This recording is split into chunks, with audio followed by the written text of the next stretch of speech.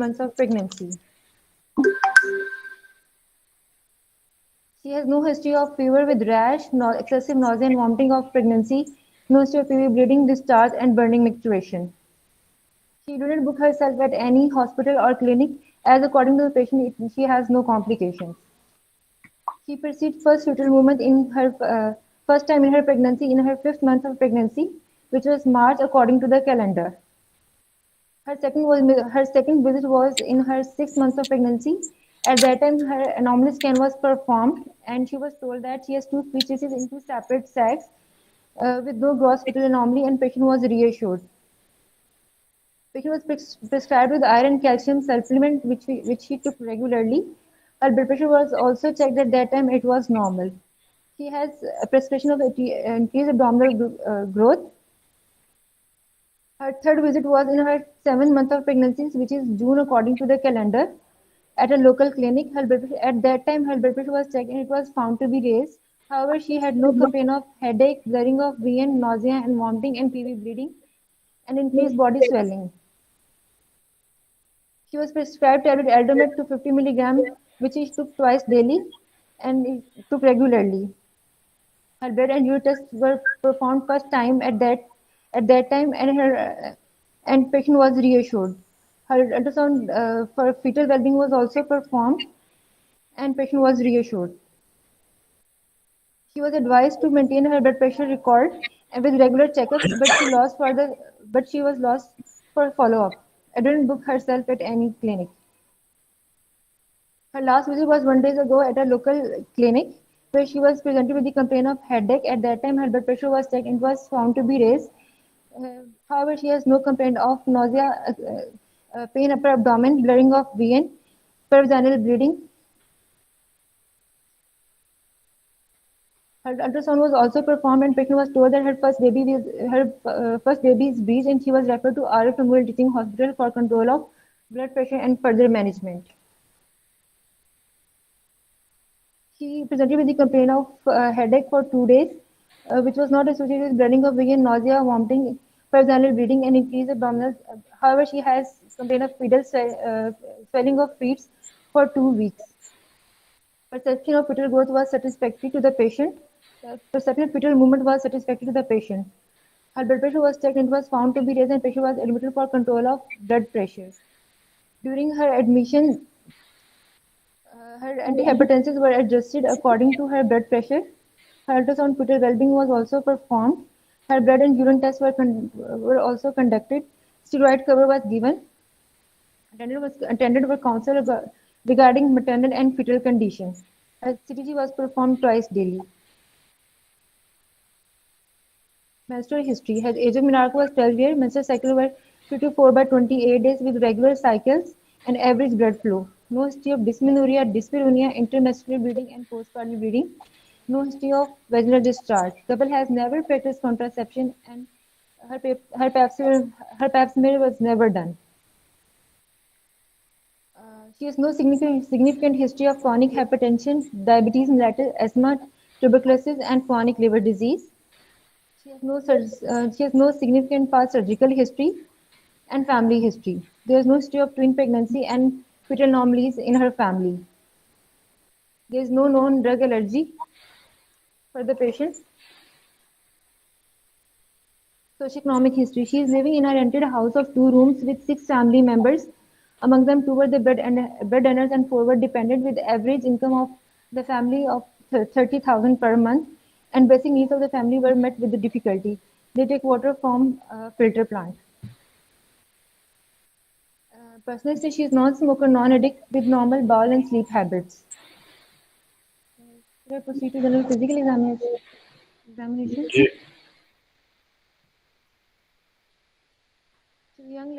She is a young lady sitting comfortably in her bed,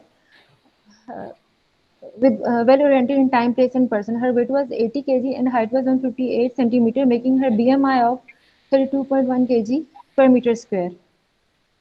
There was no clubbing, no cyanosis, no pyelonekia, leukonychia. Oral dental hygiene was satisfactory. Pitting edema was positive till her pitting edema was positive till her shins. However, there was no sacral and periorbital edema. Thyroid and breast examination was unremarkable. Accessible lymph nodes were not palpable. There was bilateral vesicular breathing with no added sound at chest examination. On cardiovascular examination, there were S1 and S2 sounds were audible. At abdominal examination, abdomen it was soft. It was symmetrically enlarged with centrally everted umbilicus. There was no visible pulsation, scar marks. However, cilia nigra and stria gravidarum was prominent.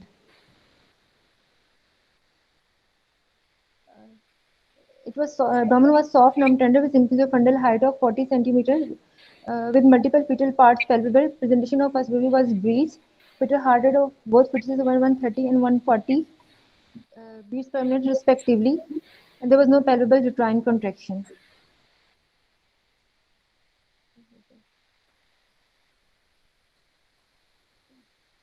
That's it. जी sir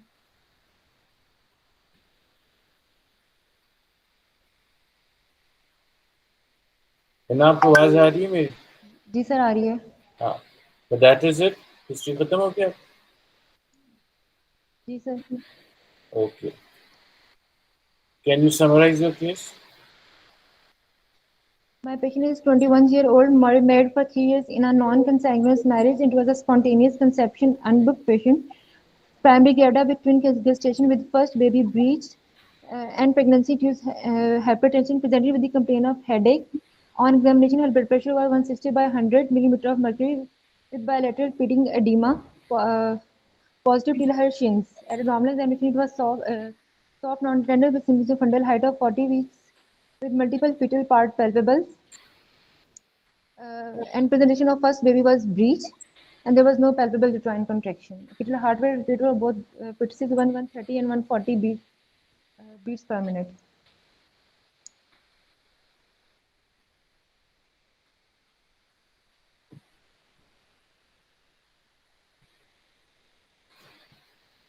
अच्छा.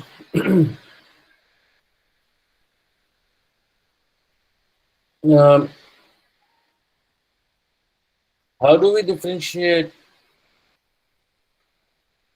in twins the different heart rates of the babies? With the help of CTG machine.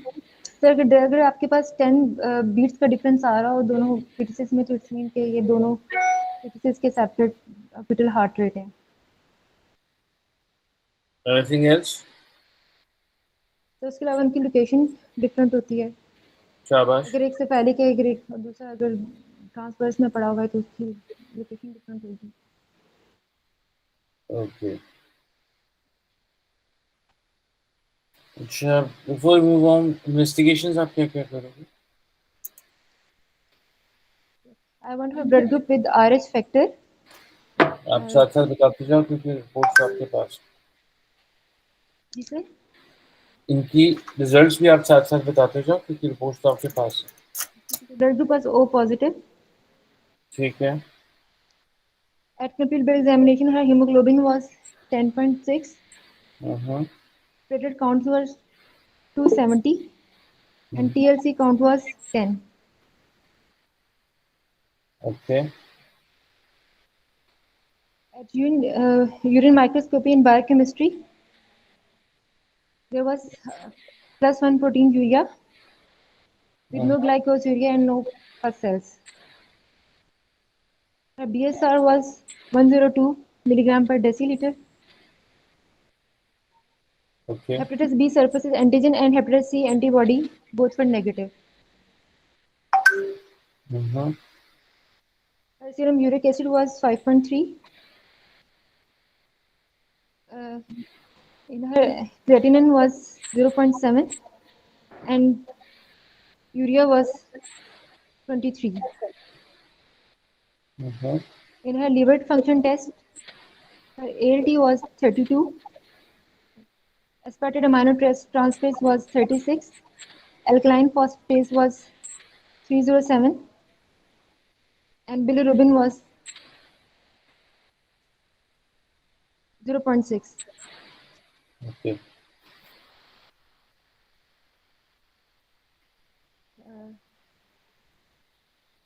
Sir इस patient का dating scan जो था वो मेरे पास जो था वो पेशेंट लेकर नहीं आई हुई थी, इसके डेटिंग एनोमली स्कैन हमारे पास वो एक ही स्कैन लेकर आए थे जिसका लास्ट विजिट पे हुआ हुआ था। तो उसमें जो पैरामीटर्स थे दोनों फीटसेस के वो ये 32 वीक्स के अराउंड थे फर्स्ट फीटस के, और सेकंड के 33 वीक्स के अराउंड थे। And they were diachronic monochronic डायमनियोटिक। ये इसके थर्ड स्कैन पे बताया हुआ था। इनिशियल स्कैन्स जो मोनोक्रोनिसिटी एंड एमनियोनिसिटी के लिए वो अवेलेबल नहीं थे patient.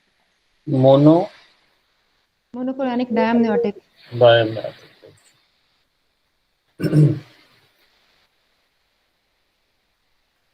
What is the dating scan? तो डेटिंग स्कैन पेशेंट के पास नहीं था। बेटा होता क्या है? What is the So dating scan?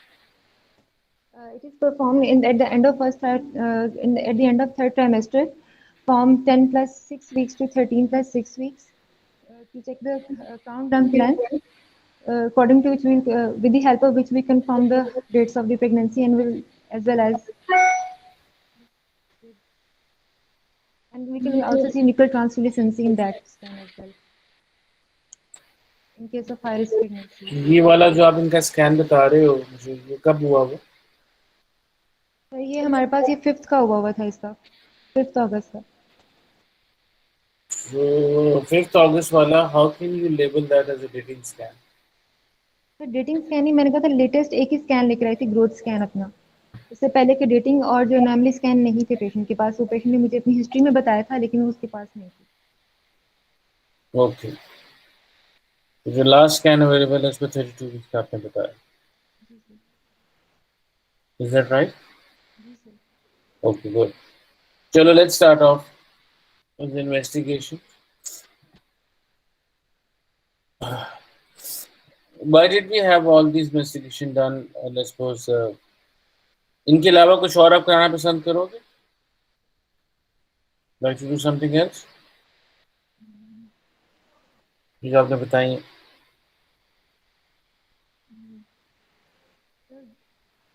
No sir, इसके अलावा For the time being. और तो नहीं करवानी थी इसके अलावा। दीज आर जस्ट बेटा आपकी आवाज नहीं आ रही मुझे. सर बस यही करवानी थी। Okay.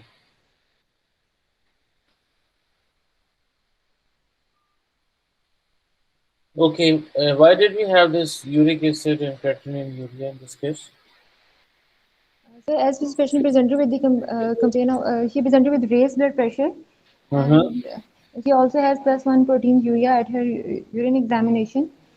So this seems to be, she has a high chances of developing preeclampsia syndrome, and in preeclampsia, so and the etiology of pregnancy-induced hypertension is that they कि मैं सर इसमें सिस्टमिक इन्फ्लेमेटरी रिस्पॉन्स होता है जो कि and organ ना damage आपका करता जो है। माइक है ना, या तो आप बहुत ज्यादा मूव कर रहे हो या माइक बहुत मूव कर रहा है. मेक श्योर कि. ठीक है सर, सॉरी। हाँ जी. एक्चुअली प्रेगनेंसी इंड्यूस्ड हाइपरटेंशन की etiology में है कि इसमें आपके पास सिस्टमिक इन्फ्लेमेटरी रिस्पॉन्स जो होता है वो इनिशिएट हो जाता है, जिसकी वजह से एंड ऑर्गन डैमेज होता है। तो यूरिक यूरिक एसिड और जो ALT है ये हमें जो लिवर और किडनी के स्टेटस के बारे में हमें बताता है। हम्म. ओके. लेट्स सपोज अगर ये ज्यादा आ जाता है तो उसकी क्या सिग्निफिकेंस होगी? She will have high risk of developing imminent eclampsia. Hmm. तो फिर उसके अकॉर्डिंगली फिर हम इनको फर्दर मॉनिटर करते, और इससे भी डिपेंड करता है कितने रेज्ड आते हैं, और उसके अकॉर्डिंगली फिर हम जो पेशेंट की जो फर्दर उसकी जो मैनेजमेंट को प्लान करते हैं। What typically जो information you get from uric acid उसकी क्या significance होती है? नॉर्मल वैल्यू कितनी है? सर नॉर्मल वैल्यू तो प्रेगनेंसी में 5.6 तक होती है, कि इससे ज़्यादा हो तो देन वी हैव और इसकी क्या थी पेशेंट की? 5.2 थी। 5.2. ओके. नॉर्मल लिमिट में था. विद इन नॉर्मल लिमिट था इसका। इस सारी जो आपकी है इस पेशेंट की आपका डायग्नोसिस क्या है? Primary came down with twin pregnancy at gestation age of 36 plus 4 weeks with pregnancy induced hypertension So you think it is and with PIU? first baby breach. Okay, कुछ और इसमें ऐड ऑन करोगे आप? Sir इसमें अगर हम लोग 4 our के बाद इसका यूरिन डिप्स्टिक्स वो रिपीट करेंगे, अगर उसमें भी पॉजिटिव आता है तो फिर हम लोग इसका 24 आवर यूरिन प्रोटीन कलेक्शन भिजवाएंगे और उस पर भी अगर सिग्निफिकेंट प्रोटीन यूरिया आता है तो then we will label it as preeclampsia syndrome. As a pre.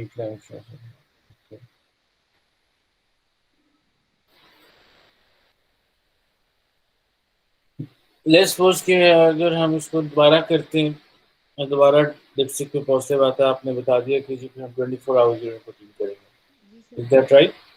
Ji sir. Okay, तो अगर कुछ दोबारा एग्जामिनेशन, हाँ जी, सर कुछ अगर दोबारा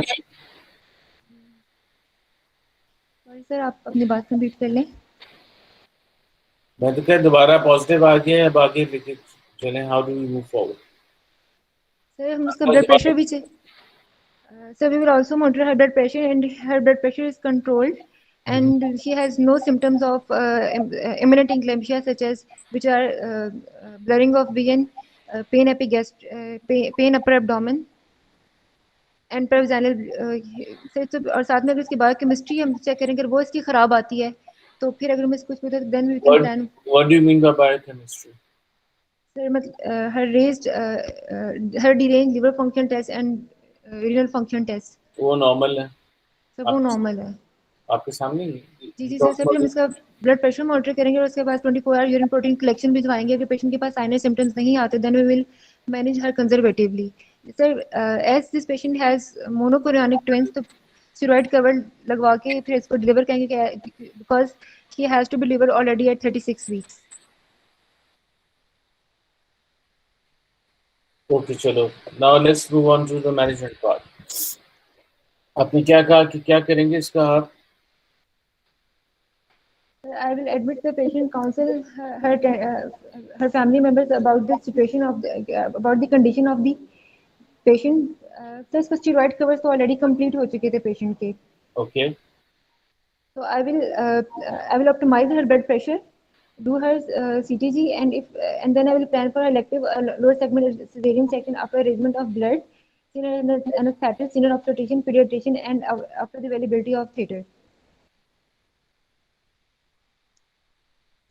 ये कब करोगे आप सेक्शन? सर ये मोनोकोरियोनिक डायमनोटिक ट्विंस है और फर्स्ट बेबी ब्रीच है, she is already 36 plus 4 week, तो स्टेरॉइड कवर कंप्लीट हो चुका है, then I will deliver her जब भी सब अरेंजमेंट हो जाएगा तो उसके बाद सब अगर रात के 12 बज जाएंगे तब तक अरेंजमेंट करते हैं, फिर कब करेंगे? फौरन करेंगे, सुबह करेंगे? अगर हमारे पास अगर सीनियर पीडियाट्रिशियन ऑब्स्टेट्रिशियन अवेलेबल हैं तो फिर हम फॉरन कर देंगे। फौरन रात को कर देंगे, ओके। अच्छा, मुझे आप ये बताओ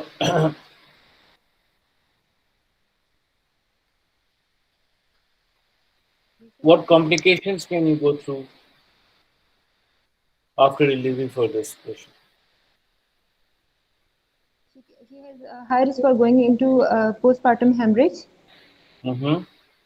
उसके लिए आपने क्या किया? ब्लड अरेंज करवाए थे पेशेंट के। हमने मुझे तो नहीं बताया। मैंने क्लियर नहीं बोला। क्लियर नहीं बोला? मैंने बोला था कि plan of collaterals and after arrangement of blood, senior obstetrician, senior anesthetist, pediatrician, and after the availability of theatre. अच्छा, और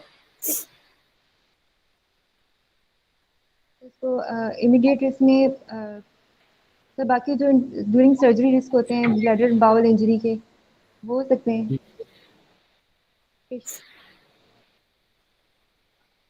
उसके अलावा और she can go into imminent eclampsia after delivery, तो उसके लिए हम इसकी बीपी मॉनिटरिंग करेंगे पोस्टमार्टम पीरियड में भी। and she is high risk for developing deep thromboembolic event, उसके लिए हम लोग what do you do for prophylaxis देंगे। उसकी तो क्या इसको थ्रोम्बो प्रोफिलैक्सिस है? तो उसको हम लोग थ्रोम्बोप्रोफाइलेक्सिस देंगे। What is low that? Molecular weight heparin देंगे इन्हें कब सब्क्यूटेनियस। देंगे और कितनी देंगे? 24 आवर्स के बाद देंगे और 3 डेज तक देंगे। Why do you want to give it after 24 hours? Sir क्योंकि ब्लीडिंग का रिस्क होता है इससे पहले देने में, दैट्स व्हाई। Let's suppose को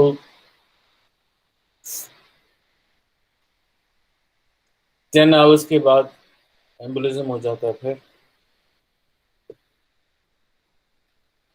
सर रिस्क एंड बेनिफिट दोनों को बैलेंस करना होता है, इससे पहले ब्लीडिंग का रिस्क होता है, इस वजह से So when should we start then?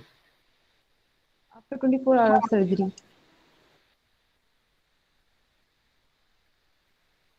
Let's suppose कि आप उसको मरीज को 24 आवर्स के बाद नेक्स्ट डे मॉर्निंग में उसे मोबिलाइज कर देते।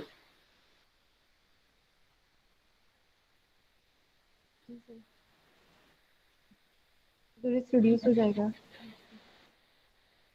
So, रिकमेंडेड तो है कि आपके पास अगर पेशेंट जिसकी प्रेगनेंसी इंड्यूस हाइपरटेंशन भी है, उसकी ट्विन प्रेगनेंसी भी हुई है, हाँ। तो दोनों दो रिस्क फैक्टर्स में है हमारे पास।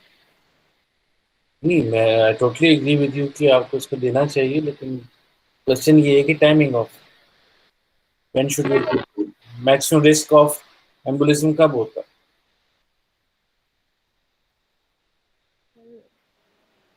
With in 7 days. Within 7 days. Maximum risk. After 12 hour surgery. और वो रिस्क इंक्रीज कब करता रहता है? What are the factors which increases the issues of thromboembolism? एक तो आपने बता दिया कि पेशेंट मोबाइल ना हो, मोबिलिटी।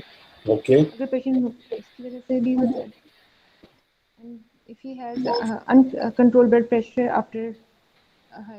अभी तक आपने जितने ट्विंस के सेक्शंस किए, कितनों को आपने लो मॉलिक्यूलर वेट रखने लगाई?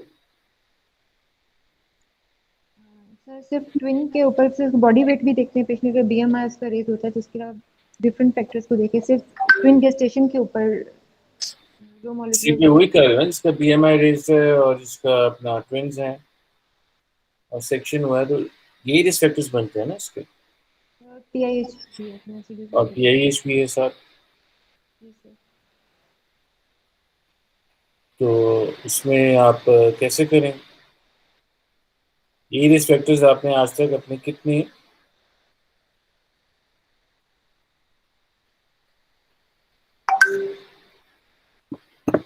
ये सारे फैक्टर्स देखते हुए आपने लगा दी। My question is that practically during your training या आपने कभी भी देखा हो तो कितनी दफा आपने low molecular weight heparin start की इस किस्म के पेशेंट्स, और अगर की है तो कब की? अगर किसी पेशेंट का इमरजेंसी सिजेरियन हो, मॉर्बिड ओबेसिटी हो। हाँ, आई एम श्योर आपकी ड्यूरिंग योर ट्रेनिंग कोई ना कोई पेशेंट ऐसा तो आया होगा जी सर। कि कभी नहीं आया? इनसे आते हैं। आते हैं। उनमें से कितनों को आपने low molecular weight? Sir recommended है तो सभी पेशेंट्स को लगाते हैं, एडवाइस करते हैं। बेटा मैं रिकमेंडेशंस की भी बात नहीं कर रहा, मैं तो आपकी प्रैक्टिकल एक्सपीरियंस की बात कर रहा हूँ। How many have you given? All, none, few, selected few? Sir सबको ही लगाते हैं। सबको लगाते हो आप? And when do we, we? हाँ। सर एवरी सिजेरियन सेक्शन को नहीं लगाते, लेकिन जिनमें रिस्क फैक्टर्स 2 to 3 कंबाइन हो रहे हैं उनमें तो थ्रोम्बोप्रोफाइलेक्सिस देते हैं। उनमें सबको लगाते हैं। And when do we start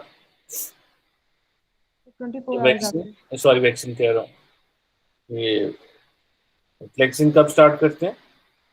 24 hours after surgery. 4 hours के बाद? 24 आवर्स। 24 आवर्स? ये कहाँ पे आपने रिकमेंडेशन पढ़ी?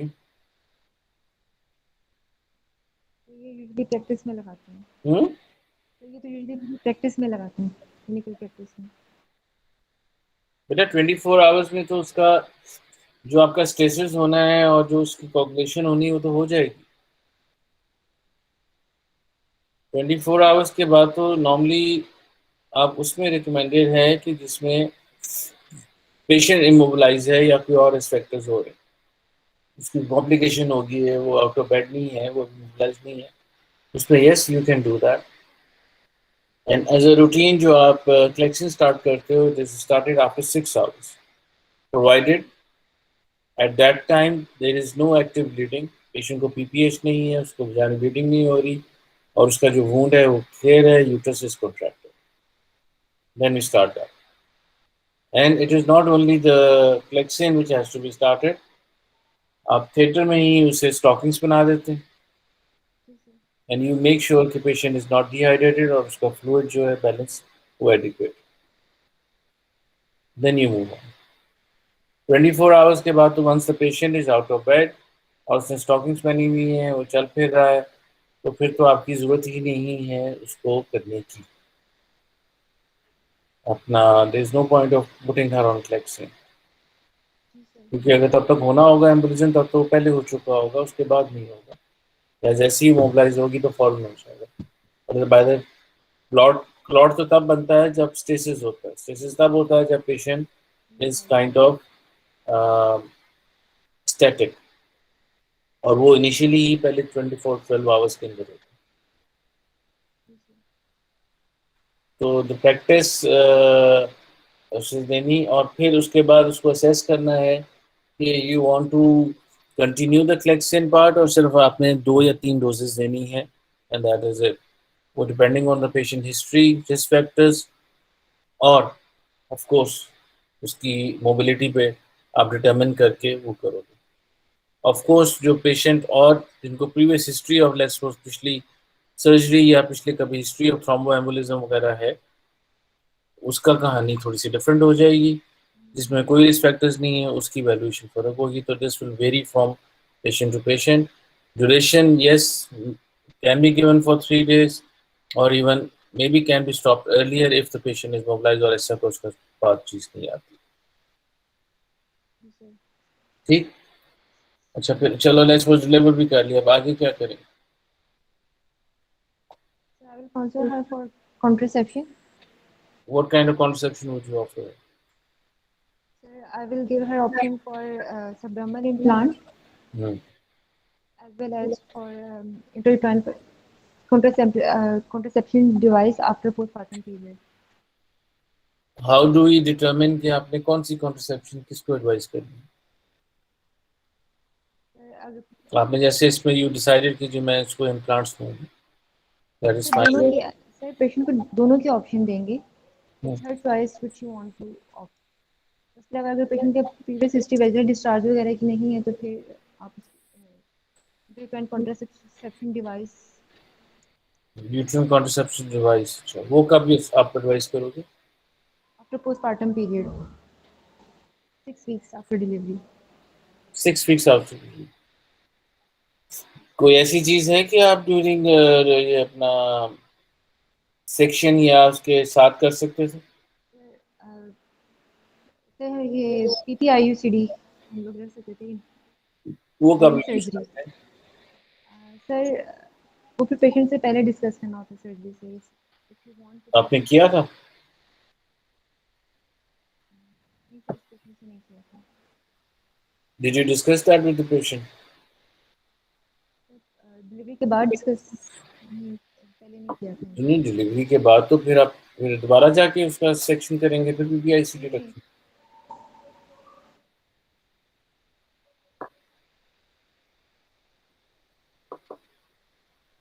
करना चाहिए था, नहीं किया। ना आपकी आवाज नहीं आ रही बेटा। मैं कह रही सर करना चाहिए था लेकिन नहीं किया इनका डिस्कस पहले। ओके, अच्छा अगर आप रखनी हो तो फिर कब रखेंगे डिवाइस? अगर अब रखूंगी तो फिर तो 6 week के बाद रखेंगे, वरना सर्जरी में अदरवाइज ड्यूरिंग सर्जरी ही ऑप्शन होती है। ड्यूरिंग सर्जरी ऑप्शन होती है, अच्छा। उसकी क्या कॉम्प्लिकेशंस होती है? सर इसकी इमीडिएट कॉम्प्लिकेशन में एक्सपर्जन हो सकती है। उसके हम्म, अलावा मिसप्लेस IUCD मिसप्लेस हो सकती है। हम्म, आईयूसीडी के साथ एक्टोपिक प्रेगनेंसी के चांस वैसे बहुत रेयर होता है, लेकिन अगर पेशेंट कंसीव करती है तो एक्टोपिक के रिस्क बढ़ जाता है। ओके। इसके अलावा पेशेंट को इन्फेक्शन एंडोमेट्रियल ये इन्फेक्शन का रिस्क ज़्यादा होता है, पीआईडी का। एंडोमेट्रियम इन्फेक्शन वो कौन सी होती है? जिसे आपने कहा एंडोमेट्रियम इन्फेक्शन, वो कौन नहीं सी? एंडोमेट्राइटिस, लेकिन सर वो अगर एसेप्टिक एनवायरनमेंट में रखा जाए तो तब उसका रिस्क होता है। अदरवाइज सेक्शन तो मेरा ख्याल है वो एसेप्टिक। एसेप्टिक एनवायरनमेंट में ही हुआ है, इस पेशेंट को रिस्क नहीं है। अच्छा चलो गुड। और अच्छा चलो, अब दो तीन चीजें हैं आई थिंक। Ji sir. पहले तो overall I think your performance wasn't, आपका क्या ख्याल है कैसी हुई? सर फिर आवाज आनी बंद हो गई। जी सर 50% स्कोर फिफ्टी किया है। परसेंट इसका मतलब है कि आपको 10 में से 5 नंबर मिलने चाहिए थे। जी सर। 5 वाला पास होता? No sir, no sir. 80% required होती है परफॉर्मेंस। All right. नहीं, generally what I thought about this कि आपका बेसिक नॉलेज तो I think it is fine. The only thing which was kind of lacking was there certain things जो आपको with practice hopefully इंशाल्लाह exam से पहले पहले आ जाना चाहिए। जी सर। उसमें स्टार्टिंग विद योर हिस्ट्री। जी सर। हिस्ट्री में आपने कहा कि जी उसका एलएमपी है 23 राइट? जी सर। ठीक। और उसकी ईडीडी कब बनती है? 30th ऑफ अगस्त। और आज क्या डेट है? आज है 7th। उसके हिसाब से इसकी कितनी डिस्टेंस बन जाएगी?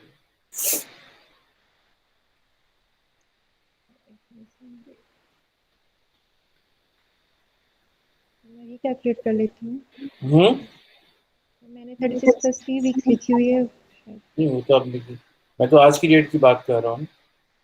आज की डेट पे बेटा ऑलमोस्ट अगर इसको मैं आसान करूँ। सर तो ये बन जाती है 36 प्लस 5 वीक्स के ऊपर। You sure? Yes sir. 30th को, अगर 30th को एंड ऑफ द मंथ उसमें होना है और एक मंथ उसमें से हमारा और निकल जाता है, दैट्स 7th हो गया ना, तो पीछे तो रह जाते हैं कितने वीक्स? 23 डेज रह जाते हैं। 23 डेज अगर रह जाते हैं तो वो कितने वीक्स बनते हैं? वो 3 वीक्स बन जाते हैं। अगर 3 वीक्स बनते हैं तो उसमें से कितनों में से माइनस करना है?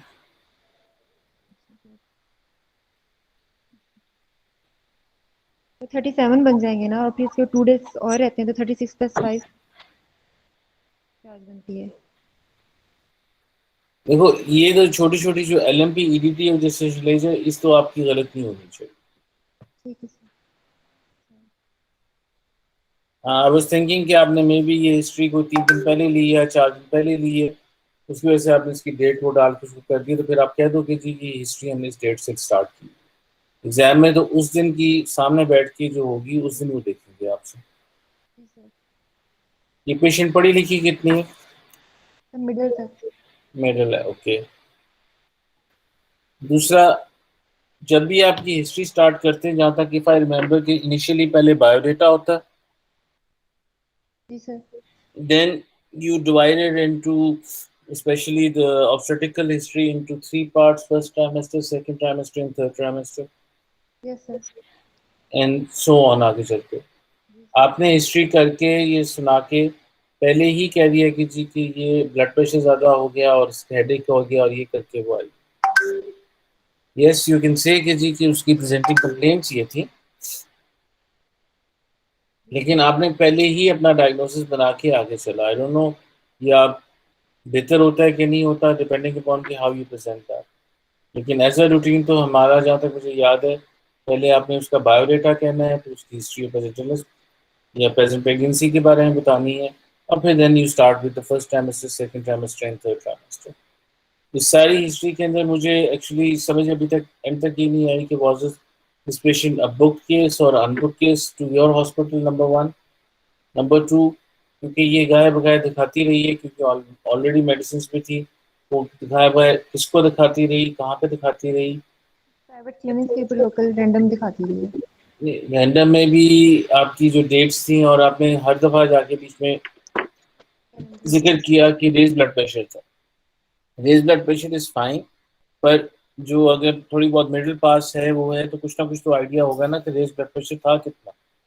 Raise blood pressure can be 160 100, raised blood pressure also can be 130 90। तो वो आपको you need to be very specific, और उसके अलावा इन बिटवीन उसकी बीच में कौन सी इन्वेस्टिगेशन हुई नहीं हुई।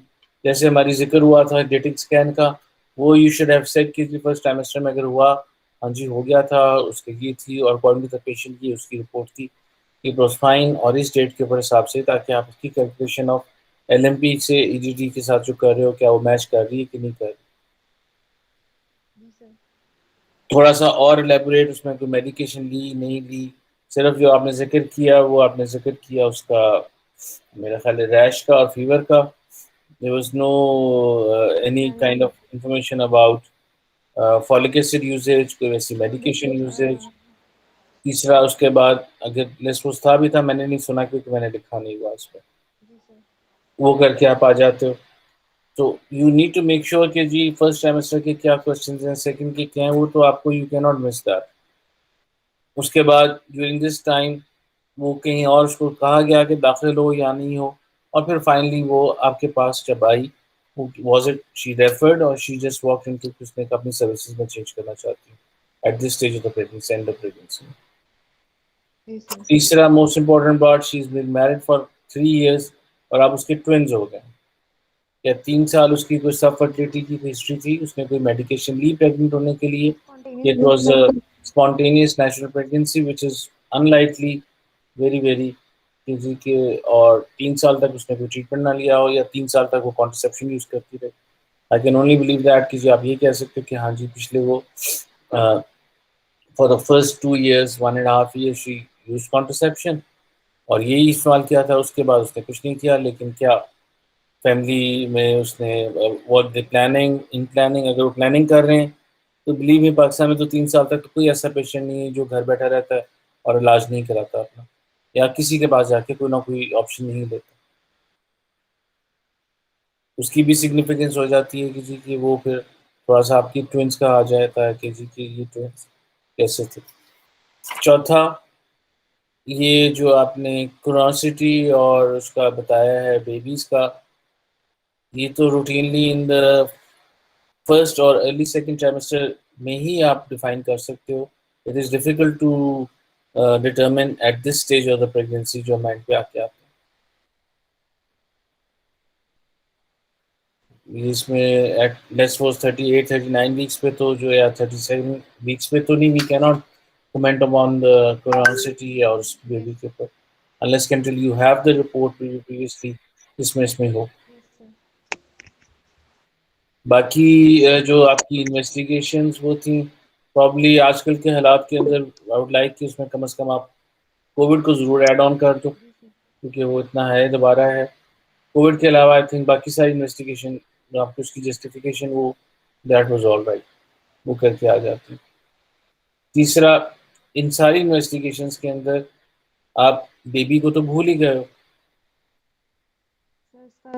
हमारी जितनी सारी इन्वेस्टिगेशन हुई, this is all kind of mother related, not baby related. Baby के रिलेटेड के हिसाब से अगर हम प्री क्लैम्पशिया उसको डिटरमिन कर रहे हैं, तो उसमें और कौन कौन सी इन्वेस्टिगेशन आपने ऐड ऑन करनी? अम्बिलिकल डॉपलर, लेकिन सर इसका लाइकर वगैरह अगर ठीक है तो उसके बाद तो हम तो अगर लाइकर काम नहीं बेटा, अगर लाइकर काम होगा तो फिर डॉक्टर की बात आ जाएगी एक। और बाकी सीटीजी तो इनकी बेबी की हम लोग करवा ही देते हैं। ये आपने सीटीजी मेंशन नहीं किया, आपने सिर्फ हिस्ट्री के अंदर मेंशन किया था कि जी उसकी सीटीजी ट्वाइस हुई थी, वो ठीक। इस इन्वेस्टिगेशन के अंदर तो नहीं आपने कहीं लिखा? सीटीजी होनी जी से मेंशन करना चाहिए था। दूसरा क्या उसकी जो पिछला जो अल्ट्रासाउंड आपके पास 32 वीक का है और अब है, उसकी ग्रोथ ठीक हो रही है कि नहीं हो रही? क्योंकि all these things will determine and will plan कि हमने उसकी डिलीवरी कब करनी। Yes, sir. That is true. With mono अगर आ जाता है, लेकिन आई डोंट नो कि एट 39 वीक्स मोनो जो है, या 38 से 36, सॉरी 37 प्लस वीक्स पे अगर पेशेंट है, अगर मोनो आ जाता है तो फिर क्या करें? क्योंकि अगर मोनो पहले आ जाता है तो नॉर्मली मोनो को को कब करते हैं डिलीवरी? सर मोनोकोयोनिक डायमनोटिक होता है, उसको 36 वीक के ऊपर करते हैं। मोनोकोयोनिक मोनोएमनियोटिक होता है, फिर 32 वीक्स के ऊपर करते हैं। फिर वो पहले कर वाई? सर उसमें कॉर्ड एक्सीडेंट्स का रिस्क ज़्यादा होता है। और उसको करने डिलीवर करने से पहले और क्या इंपॉर्टेंट चीज़ है?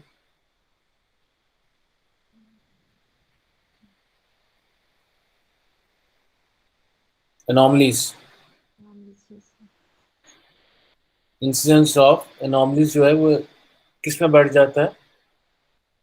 मोनोकोयोनिक मोनोएमनियोटिक। उसमें बढ़ जाता है ना, तो फिर then you have to see. And of course उसमें आपको देखने से पहले, और वो determination is done early part of the pregnancy, ताकि उसके हिसाब से आप लेके चल सकें, टू रूल आउट दैट। बाकी सारी चीज़ें ऑफ कोर्स, ब्लड का आपने कहा कि मैंने कहा था, मैंने सुना नहीं, चलो दैट इज़ फाइन। तीसरा उसकी जो है कॉन्ट्रसेप्शन, ऑफ कोर्स वो डिटर्मिनेशन क्या करना है, उसमें सबसे इम्पोर्टेंट क्वेश्चन तो ये है, you need to ask the patient कि जी आपको लॉन्ग टर्म चाहिए कि शॉर्ट टर्म चाहिए, फिर ही आप एडवाइस करते हो ना उसे। तीसरा आपका मेडिकल एडवाइस होती है कि जी कि अब वो she is only 21 years of age और उसका सेक्शन भी हो गया है या हो जाएगा, साथ ट्विंस भी हो जाएंगे, होपफुली दोनों बेबी हैं, तो इन होपफुली मेडिकली नेक्स्ट प्रेगनेंसी उसकी कब होनी चाहिए, इफ ऑल काइंड ऑफ क्या कहते हैं सिचुएशन हमारी ठीक रहती? Minimum 2 years. Minimum is of 2 years, yes. You start with the minimum 2 years। May be patient कह कि नहीं जी मुझे तो 2 साल नहीं, मुझे तो 5 साल चाहिए।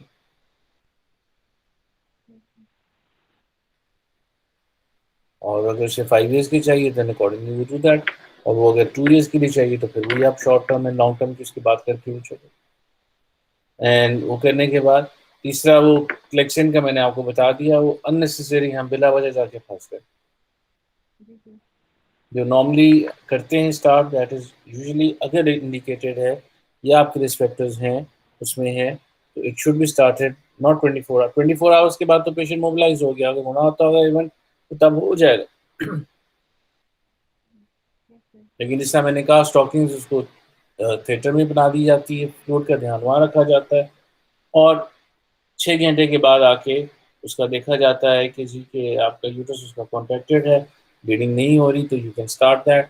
अनलेस अनटिल आपके पास वहाँ पे पीपीएच मॉनिटर करने के लिए कोई डॉक्टर नहीं available, then you need to wait it out कि जी क्या करें। अगर अवेलेबल है उसको वो देख सकता है इन टाइम, वो उसको मॉनिटर कर सकता है, then of course then you start even in the middle of the night. Otherwise usually फिर देन दे रिकमेंड कि जी फिर रात को आप स्टार्ट ना करो, अर्ली मॉर्निंग स्टार्ट करो। That is the only indication जहाँ पे आप उसको डिले कर सकते हो अगर आपको ज़रूरत है। तीसरा हाँ, जो आपने पहली उसके एग्जामिनेशन में बताया, वो मल्टीपल फीटल पार्ट्स का नहीं जिक्र किया, लेकिन जब आपने समरी की तो आपने खुद ही उसमें उसको बता दिया विद मल्टीपल पोल्स। और मल्टीपल पोल्स के बाद इन ट्विंस हैं, तो नॉर्मली कितने पोल्स आपको फील होते हैं? नॉर्मली तो मैं phallic and breech 2 poles feel होते हैं। उस पर आप डिफिकल्ट हो जाता है, लेकिन yes you can comment. And दूसरा ऑफ कोर्स लाइकर के बारे में कमेंट करना भी जरूरी इंपॉर्टेंट विद दिस पीआईएच, क्या अदर यू फील एडिक्वेट है कि नहीं है। ऑफ कोर्स कंफर्मेशन उसकी जो होगी वो अल्ट्रासाउंड पे होगी, कहाँ पे होगी? वो अल्ट्रासाउंड पे होगी। लेकिन ऑफ कोर्स अगर आप 4 पार्ट फील कर रहे हो, बेबी आपको ठीक लग रहे हैं, और तीसरा उसमें with time you go to for your FCPS examination, थोड़ा सा वेट के ऊपर कमेंट करना भी important as a rough not necessarily वो फिक्स हो, आपके कुछ एक रेंज के हिसाब से, ताकि आपको करे। बाकी सिंगल तो 40 प्रेगनेंसी वीक्स। जी बेटा। जैसे सिंगल प्रेगनेंसी में तो हम कहते हैं ट्रेन में डिफिकल्ट हो जाता है, तो इसको फिर मैं वही कह रहा हूँ, एवरेज बताओगे ना, जी sir. Average you can feel it out कि जी दोनों बेबीज ऑलमोस्ट सेम साइज के हैं, तो अगर सपोज आपको टोटल 4 kg के करीब लग रहा है, तो आप कह दो कि जी 1.5 to 2 kg एवरेज उनका वेट, उसमें कौन सा फिक्स होना चाहिए। जी सर। एक यस, अगर एक वेरी वेरी अनलाइकली कि एक बहुत छोटा बेबी आईयूआर हो रहा है और एक नॉर्मल ग्रोथ हो रहा है, उसका डिफरेंस अगर होता है तो थोड़ा सा उस पर अगर पॉसिबल हो कमेंट करने का, मैं तो कह रहा हूँ कमेंट करो आप, it doesn't have to be perfect. Other than that बाकी तो उसमें मेरा ख्याल है कि वाज़न्ट दैट सेक्शन इसका होना था वो आपने कर दिया, अरेंजमेंट हमने कर दी, और मे भी इसमें जो थोड़ी सी और डिबेट हो सकती थी, एनेस्थीसिया की जा सकती थी, प्रेजेंट ऑफ पीडियाट्रिशियन, और बाद में पोस्ट डिलीवरी जो है न्यूनेटल आपकी फैसिलिटीज़, और वो बेबीज़ के रिस्पॉन्स उनकी में मे बी फिर ट्वेंस हैं उनमें क्या क्या हो सकता है। What is the role of magnesium sulphate in this case. Neuro sir अगर प्रीटर्म प्रेगनेंसी हो तो उसमें न्यूरो प्रोटेक्शन फीटस की होती है, वैसे डिवाइस मदर के वो ना मेरा न्यूरो सवाल सुन प्रोटेक्शन लो, के लिए देते हैं। जी मेरा सर। सवाल, what is the role of magnesium sulphate in this case. और prophylaxis of eclampsia, haemorrhagic eclampsia, इसके लिए। प्रोफाइलेसिस ऑफ एक्लेम्पशिया के लिए आप यूज कर सकते हो, जब तक आप वेट कर रहे हो फॉर द किस चीज का, at this stage. Blood pressure, hmm, तो ब्लड प्रेशर कंट्रोल अगर हो रहा है उसका बायोकेमिस्ट्री इसकी भी ठीक आ रही है, एक पेशेंट क्लिनिकली कंट्रोल कुछ ब्लड प्रेशर, सिम्टम्स, दूसरा उसकी बायोकेमिस्ट्री जो उसकी लैब्स वगैरह हमने भिजवाई हुई हैं उनका, चलो और जब तक तीसरा अगर रिपोर्ट पेशेंट की कंफर्मेशन नहीं होती और कि है कि हाँ, और और तीसरा अगर पेशेंट क्लिनिकली इसके सिम्टम्स इंप्रूव हो जाते हैं, अगर वो कहते हैं इसकी हेडेक सेटल हो गई है, तो उसका अगर सिम्टम्स चौथा इंप्रूव हो जाते स्टीरॉइड्स अगर नहीं पहले लगे हुए, हैं। उसका आप वेट कर रहे हो, क्योंकि इसमें तो सिंपल बड़ा सिंपल सा है ना ये तो, या अगर इसका इंटरेस्टिंग पार्ट तब होता है कि अगर ये 32-33 वीक्स पे आती पेशेंट, फिर the wire would have been थोड़ा सा डिफरेंट। मैं इसको पहले लेके जाने लगा था कि चलिए सपोज यही मेरी स्टूडेंट आपको 32 वीक्स पे विद द सेम कंप्लेंट आती है, बताओ अब आगे कैसे लेके चलोगे। ये तो अब मोनो आपने कर दिया, 37+ पे कर दिया और उस पर कर दिया, उस पर तो मसला ही कोई नहीं। उसमें तो सिंपल सिंपल सा है कि इसका ब्लड प्रेशर कंट्रोल करेंगे, इसकी बाकी सारी चीज़ें नॉर्मल हैं, प्रोटीन यूरिया इसका 1+ आ गया है, नेक्स्ट डे हम इसको अरेंज करके ब्लड प्रेशर कंट्रोल करने के बाद इसको हम डिलीवर कर देंगे, स्टीरॉयड इसको ऑलरेडी लग गए हैं। हाँ, अगर उसको कोई सिम्टम्स हेडेक के थे, उसको हमने ज़्यादा वो नहीं दी, इम्पोर्टेंस नहीं दी, लेकिन उसकी हेडेक कब ठीक हो गया नहीं हुआ, कोई और रीज़न तो उसकी नहीं थी, उसके बारे में भी आगे चल सकते हैं। हेडेक और एपिक एसिड पेन को हम इसमें ऐड ऑन कर देना चाहिए था। ये डेली मॉनिटरिंग है, जब तक वो नहीं होती, वरना नेक्स्ट डे हम करके उसको कर देते।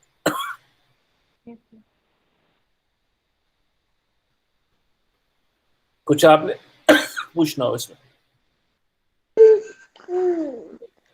अस्सलाम वालेकुम सर। सर मेरा एक क्वेश्चन है। जी सर आपने ना यूरिक एसिड का जो पूछा था, तो वो यूरिक एसिड हम इसमें किस लिए कराएंगे, क्रॉनिक और पीएच में डिफरेंशिएट के लिए? नहीं बेटा, इसमें क्रॉनिक उसको नहीं करने के लिए डिफरेंशिएट होता, इसमें आपका होता है to predict the outcomes. Preeclampsia के अंदर फीटल अपना आउटकम्स के लिए यूरिक एसिड का काफ़ी सिग्निफिकेंट रोल आ जाता है, mother and the baby as well, prognosis point of view से होता है। अगर यूरिक एसिड इसका 7 या 8 आ जाता है, तो फिर हमें थोड़ी सी डिलीवरी जो है उसमें वेट नहीं करते। यही अगर 32 वीक्स पे हो, यूरिक एसिड 5 हो, तो then of course you can wait and see कि हम आगे कैसे लेके जाना है। यही 32 वीक्स पे हो, यूरिक एसिड इसका हाई हो रहा हो और persistently बढ़ रहा हो, then there is a likely chances कि she will end up having some eclampsia या कोई आईयूटी। उसके लिए फिर हमें उसकी मॉनिटरिंग ज़्यादा स्ट्रॉन्ग करनी पड़ जाती है और डिलीवरी का प्लान जल्दी करना पड़ जाता है। This is one of the factors which help us to determine the timing of the delivery in pre okay. Eclampsia. Okay, thank you sir.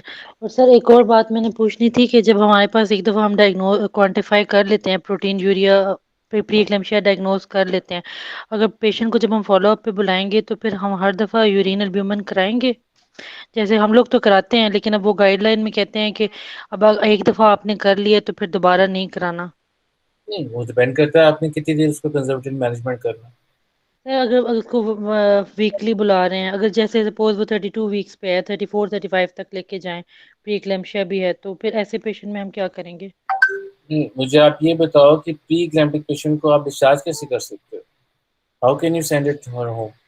Sir अगर उसका बीपी ठीक होगा, बीपी कंट्रोल है, प्रोटीन यूरिया है, बाकी फिटनेस भी ठीक है, सब कुछ ठीक है, तो फिर भी हम उसको टिल डिलीवरी एडमिट करके रखें अगर हमारे पास आ जाए? In the it's very difficult to justify to send her home. हाँ, पेशेंट अपनी चॉइस से चला जाए, लीव अगेंस्ट मेडिकल एडवाइस चले, ठीक है, लेकिन आई डोंट थिंक सो, मैंने किसी पेपर में पढ़ा है कि प्री इक्लेम्पशिया आप घर भिजवा दो। ठीक है sir. Medically I have not read it anywhere in. हाँ, वो कंट्रोल्ड है, घर के हॉस्पिटल के बिल्कुल साथ रहती है, कंप्लाइंट है, उसको आपने हफ्ता रखा, वो सब कुछ ठीक हो गया, फिर भी 1+ आ रहा है, maybe that kind of reason. पर अपना आई डोंट थिंक सो कि with preeclamptic patient you can send them home. हाँ, हॉस्पिटल में एडमिट करके उसको आप फॉलो कर सकते हो, क्योंकि these are the patient who can any time go into.